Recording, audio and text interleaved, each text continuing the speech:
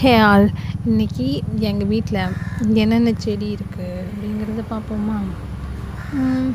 நான் வந்து கொஞ்சம் ரேரான செடி தான் வச்சுருப்பேன், ஆனால் கொஞ்சம் கலெக்ஷனாக வச்சுருப்பேன். எங்களுக்கு செடினால் ரொம்ப பிடிக்கும், என்னோடய பொண்ணுக்கும் ரொம்ப பிடிக்கும். அதனால் செடியில் இருக்கிற பூ மேக்ஸிமம் பறிக்க மாட்டோம்.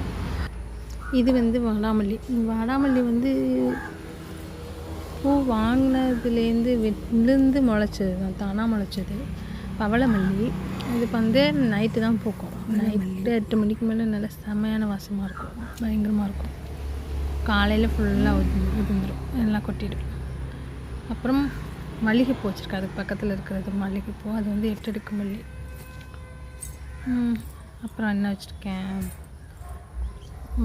மாதுளை மரம் இருக்குது, மாதுளை மரம் வச்சுருக்கேன். மாதுளை மரம் வந்து அதுவும் சாப்பிட்டுட்டு சும்மா போட்டு பழுத்துலேருந்து முளைச்சி தானாகவே வந்து இப்போ பிஞ்சு வச்சுருக்கு. அப்புறம் அது பக்கத்துலேயே வாழைத்தார் போட்டிருக்கு.